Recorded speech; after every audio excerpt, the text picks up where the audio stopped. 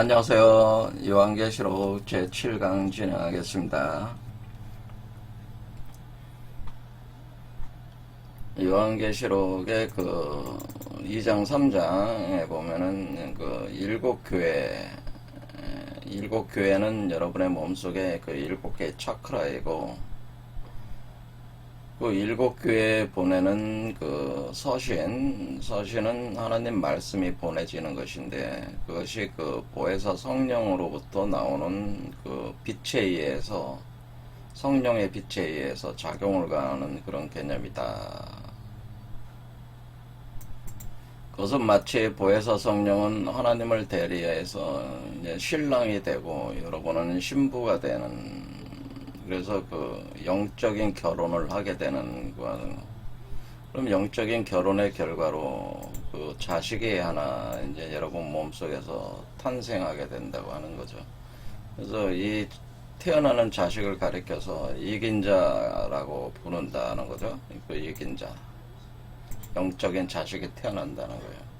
그러니까 우리가 보혜사 성령을 카피를 한 거죠. 여러분 몸을 통해서 복제를 해내는 거예요. 여러분 몸은 그 복제하는 그 존재의 그 형상을 구현해내는 여성적 역할을, 자궁의 역할을 한다. 그런 얘기입니다.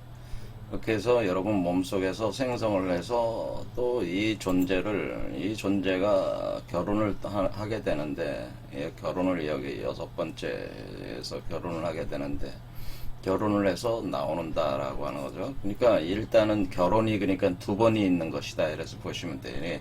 여러분이 신부가 돼서 신랑을 맞아들이는 결혼이 있고, 그리고 이 여러분 몸 안에 포태돼서 양생된 존재의 결혼이 있다라고 하는 거죠. 그래서 이렇게 해서 나오게 되는 것이다. 그럼 여러분도 이제 이긴 자 그리스도가 여러분 몸에서 발동을 하게 되는, 이렇게 발동을 하면은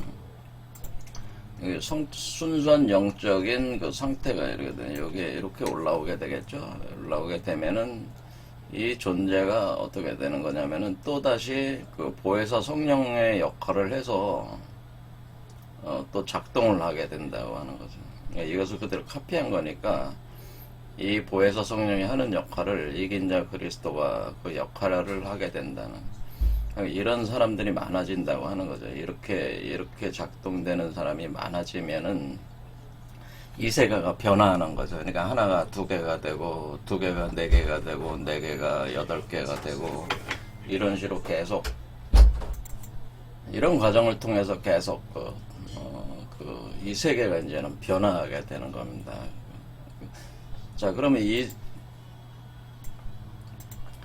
보혜사 성령이 일단 여기 나와야 되니까, 이긴 자로서 올라와야 된다네. 이제 여러분 몸속에 이 시공간적 요 세계를 이기고 나와야 돼요. 이기고 나와야 되기 때문에 이긴 자라고 하는 건데,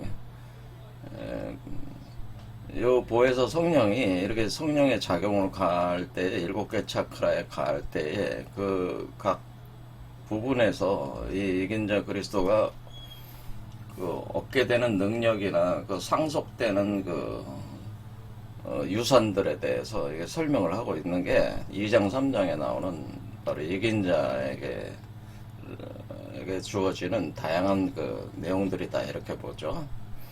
그래서 지난 시간에 이제는 세 번째 버가모 교회에 보내는 말씀, 거기서 이제 감췄던 만나와 흰돌 얘기가 나왔는데, 다시 오늘도 이 부분에 대해서 해석을 하겠다, 그런 얘기입니다. 자, 요한계시록 2장 보겠습니다. 자, 핵심적인 문구가 귀 있는 자는 성령이 교회들에게 하시는 말씀을 들을지어다. 이기는 그에게는 내가 감췄던 만나를 주고 또 흰돌을 줄 터인데 그 돌 위에 새 이름을 기록한 것이 있나니 받는 자밖에는 그 이름을 알 사람이 없느니라.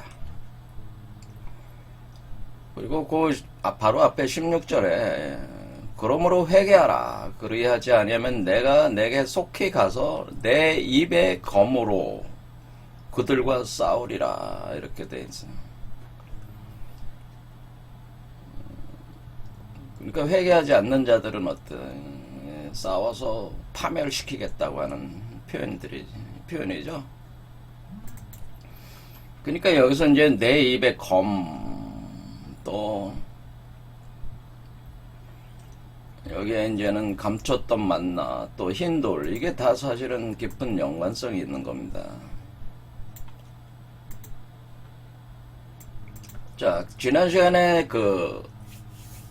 강의했던 내용 중에 다니엘 신상에 대한 부분을 여러분들이 기억을 하실 필요가 있습니다. 그래서 다니엘서는 요한계시록과 함께 보조적으로 요한계시록 이해하는데 굉장히 큰 도움을 주니까 이 내용을 볼 필요가 있습니다.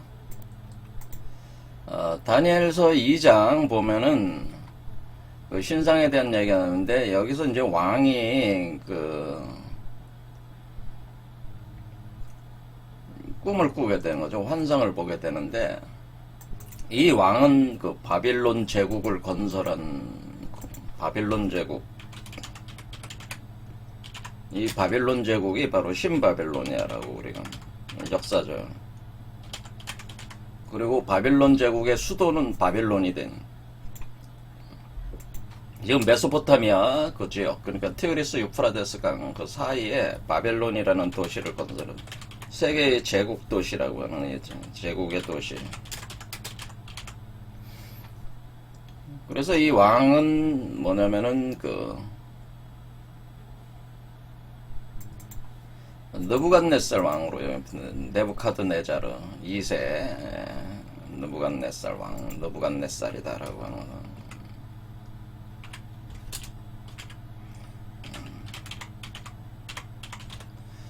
바빌론 제국, 느부갓네살 왕이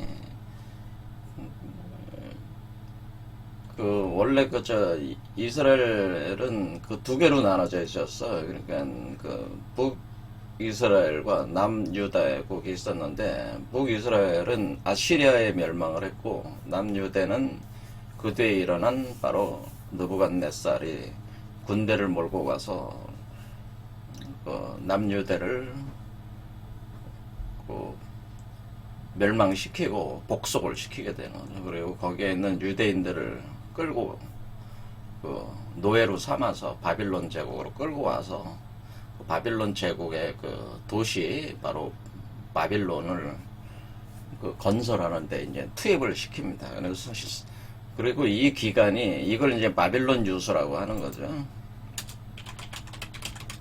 이 바빌론 유수 기간 동안에, 이게 상당히 오랜 기간이었기 때문에 이 기간 동안에 이제는 유대의 아이들을 나름대로 자신의 시종들로 이렇게 양성하는 일이 있었는데, 그 중에 이제는 다니엘이 거기에 속한다라고 하는.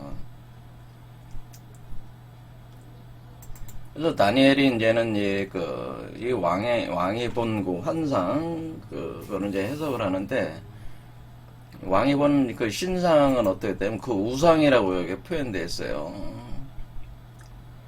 왕이여, 이렇게 해석하면, 왕이 한 큰 신상을 보셨나이다. 그 신상이 왕의 앞에 섰는데 크고 광채가 매우 찬란하며 그 모양이 심히 두려우니, 그 우상의 머리는 순금이고 가슴과 두 팔은 은이고 배와 넓적다리는 노시오, 그 종아리는 쇠요, 그 발은 얼마는 쇠고 얼마는 진흙이었나이다. 이렇게. 그래서 요 모양을 표현한 거죠. 요거. 또 왕이 보신즉 손대지 아니한 돌이 나와서 신상의 쇠와 진흙의 발을 쳐서 부서뜨리매. 그러니까 이 손대지 아니한 돌이 나와서 어릴 부서뜨렸냐면 쇠와 진흙으로 돼 있는 발을 쳐서 부서뜨렸다고 돼 있어요. 그러면서 이게 이제 해석을 쭉 해나가는데, 특별히 해석이 특별한 거는 아니에요. 뭐냐면은 다니엘은 이것은 황금의 시대에서 은의 시대로, 은의 시대에서 동의 시대로, 동의 시대에서 쇠의 시대로, 쇠의 시대에서 쇠와 진흙의 시대로 시대의 변천이 흘러가는 것을 표현한 것입니다. 그래서 느부갓네살을 이제 띄워주는 거죠. 당신이 지금 속해 있는 시기는 황금의 시대입니다라는 식으로 이제는 띄워준 거예요. 그러니까 느부갓네살이 자기가 황금의 시대를 주도하고 있다는데 너무 기분이 좋았겠죠. 자, 그렇게 해서 그래서 하지만은 다니엘은 얘기하고 싶었던 건 그거는 아닙니다. 원래 인류의 문명 자체의 시대 구분에서 많은 다양한 신화적 세계관에서 보면은 그 인류가 황금의 시대에서 은혜 시대로, 은혜 시대에서 동해 시대로, 동해 시대에서 철의 시대로 이렇게 내려왔다고 하죠. 그건 그리스에도 이제 그런 얘기들이 있고, 이게 보편적인 얘기죠, 사실은. 황금 시대에서, 인류의 문명은 황금 시대에서 은혜 시대로 왔고, 은혜 시대에서 동시대로, 동해 시대로 오고, 그리고 동해 시대에서 쇠 시대가 돼. 쇠 시대. 이렇게 네 개로 보통 구분해요. 그런데 여기 하나가 더 나온 거죠. 뭐냐면은 쇠에서 쇠와 진흙으로 이어진 쇠 플러스 진흙으로 된 세 개를. 그러니까 지금 우리가 살고 있는 시대는 어떤 시대라고 하냐면 쇠와 진흙의 시대라고 하는 겁니다. 쇠와 진흙의 시대.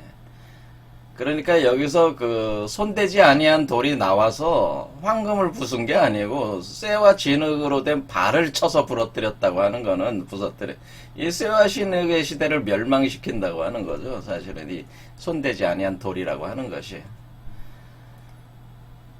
그래서 그렇게 이제 일단은 당신이 황금의 시대를 주도하고 있다고 이렇게 띄워준 거예요. 그러다 보니까 사람들이 어떻게 해요? 이거 그대로 봐가지고 이 사람들이 해석을 할 때에, 그러니까 이것은 그렇게 해석을 했으니까 다니엘이 머리는 신바빌로니아의 시대, 바벨론 시대고, 그 다음에 일어난 게 페르시아 제국이니까 그 다음에 페르시아 제국이요. 그 다음에 일어난 건 그리스 제국이, 그러니까 그 지역을 지배하는 제국의 변화가 있었잖아요. 그 다음에 로마가 일어났으니까 로마, 그 다음에 열국이라고 이렇게 표현을 한 거죠.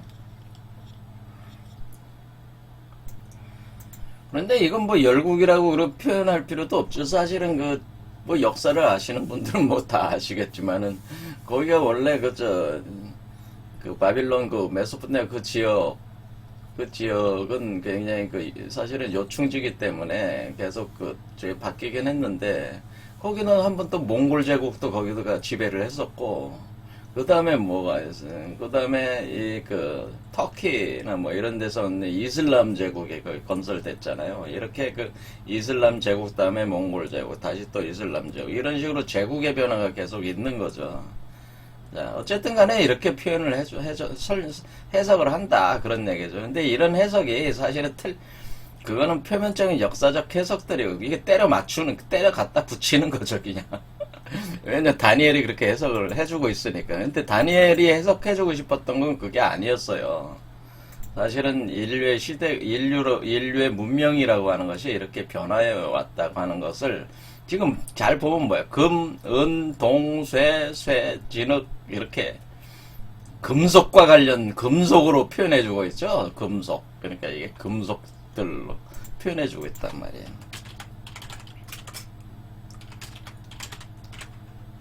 금속, 우리가 금속류로 이렇게 표현해주고 있다라고 하는.